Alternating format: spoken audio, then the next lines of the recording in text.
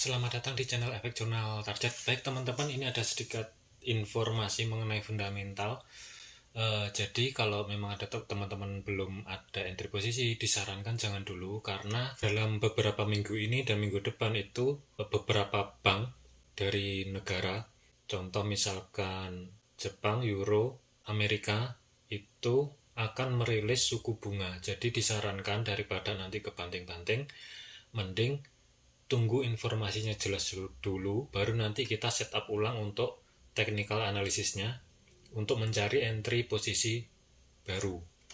Oke, langsung saja yang pertama untuk berita fundamentalnya.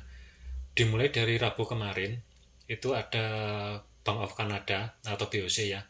Itu suku bunga yang sebelumnya kan 3,25 basis persen.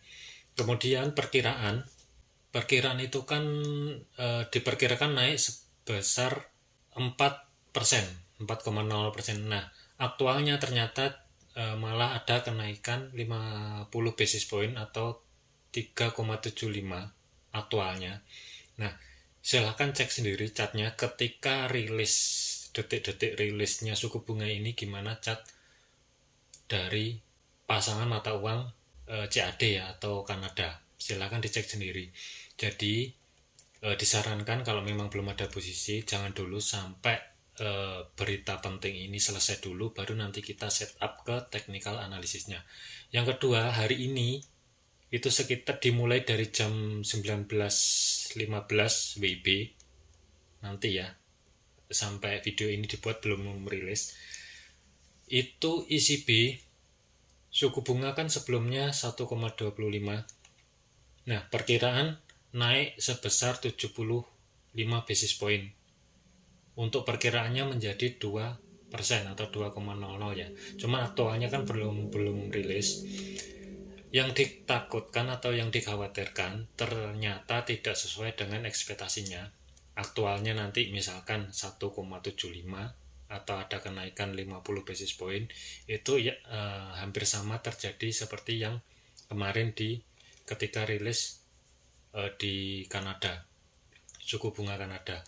Terus yang paling penting bukan masalah ini saja,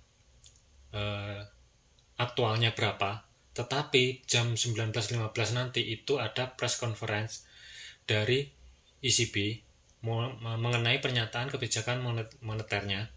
Itu akankah membawa mata uang euro ini menjadi hawkish atau malah dovish. Itu nanti tunggu dulu pernyataannya di jam 21.15. Dan sebelumnya di jam 19.45 juga ada konferensi pers ya. Kemudian dilanjut dengan 21.15 ada pidato dari gubernur ECB. Nah, ini yang paling penting adalah pernyataannya. Jadi ini masih belum rilis. Yang dikhawatirkan nanti di chartnya, contoh saja Euro USD nanti malah kebanting-banting. Ketika rilisnya 2% naik, ya Euro menguat, otomatis chartnya naik. Nah, ternyata penyataannya menunjukkan dovish, akhirnya kebanting lagi turun. Makanya nggak jelas. Jadi disarankan tunggu dulu. Selanjutnya hari Jumat ada Bank of Japan. Informasi yang diterima bahwa Bank of Japan akan menahan suku bunganya di level minus 0,10 ya. Perkiraan nanti sama. Cuman pernyataan ini juga penting. Ini jamnya juga nggak jelas, masih tentatif ya. Masih belum jelas kapan. Cuman hati-hati. Kalau memang pertanyaannya habis, itu bisa jadi mata uang Jepang ini atau yen itu akan menguat. Contoh Euro JPY, USD JPY ya. Berarti otomatis harganya akan kebanting ke bawah. Atau kalau memang dovish, itu justru akan USD JPY akan naik. Jadi ini masih belum jelas, disarankan tunggu dulu. Kemudian dilanjut minggu depan hari Senin 1 November ya. 1 November ada AUD atau RBA, itu juga akan merilis suku bunga. Nah, sebelumnya 2,60. Nah, perkiraannya 2,85. Cuman aktualnya berapa masih belum jelas. Jadi ini juga penting. yang berkaitan dengan mata uang AUD. Dilanjut lagi hari Kamis. Hari Kamis ini yang diperkirakan volatilitasnya lebih tinggi daripada yang sebelumnya ya. Sebelumnya ada perkiraan volatilitinya tinggi, cuman ada potensi di Kamis ini lebih tinggi lagi, yaitu FOMC itu akan merilis suku bunga yang sebelumnya 3,25%, perkiraannya itu 3,75 atau 4,00 perkiraannya. Tapi ada juga yang memperkirakan 3,50, cuman sedikit. Tapi proyeksinya kenaikannya diperkirakan 75 basis point dan 50 basis point. Cuman aktualnya berapa masih belum jelas juga. Tapi yang paling penting ini adalah konferensi persnya dari FOMC tersebut itu isinya apa? Apakah akan membawa USD semakin menguat atau melemah? Itu dirilisnya dini hari jam 1 Kamis ya, Kamis 3 November dini hari.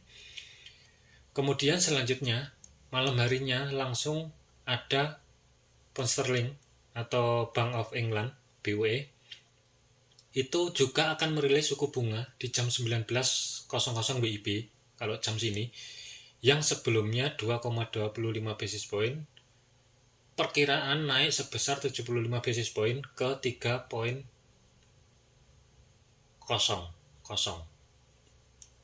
Aktualnya berapa masih belum jelas juga. Itu juga ini perkiraan volatilitasnya tinggi, sangat tinggi sekali. Cuman hati-hati, kalau memang belum ada posisi ya mending minggir dulu lah sampai nanti selesai. Terus dilanjut Jumat 4 November NFP dimulai dari jam 19.30 WIB. Diperkirakan sebelumnya kan 3,5% untuk tingkat penganggurannya, diperkirakan naik menjadi 3,6%. Kalau memang ini terjadi, dampak yang sangat terlihat di emas ya atau XAU USD itu diperkirakan harga emas akan naik kembali. Cuman ini tunggu dulu sampai ini beres dulu yang hari Kamis ini ya, keputusan tingkat inflasi ini atau suku bunga ini. Kalau memang USD hawkish atau bagus, bisa jadi harga emas akan kebanting ke bawah. Jadi ini tunggu dulu, sabar dulu ya. Dari jam 19.30 kemudian jam 21.00 juga ada, cuman kan ada. Jadi ini beberapa hal yang harus diperhatikan. Jadi teman-teman kalau memang belum ada posisi, disarankan tunggu dulu, sabar dulu sampai berita ini rilis dan pernyataannya dari bank-bank tersebut itu mengarah kemana, ataukah mengarah ke hawkish atau dovish, ini masih belum jelas. Jadi harap diperhatikan, mending sabar dulu, tunggu sampai selesai dengan pernyataan-pernyataan dari bank-bank tersebut itu seperti apa. Nanti kita lihat saja akankah hawkish atau dovish, belum tahu. Nanti kita akan update kalau memang ada kesempatan. Intinya kalau sudah semuanya jelas, baru nanti kita minggu depan siapkan technical analisisnya.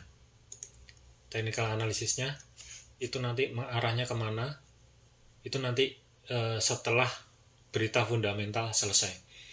Oke, sekian saja untuk video kali ini, semoga bermanfaat ya teman-teman. Ingat, minggu ini dan minggu depan ada potensi volatility-nya tinggi, jadi kalau salah posisi justru malah akan kebanting. Jadi harap diperhatikan. Oke, sekian, terima kasih, semoga bermanfaat. Sampai jumpa minggu depan.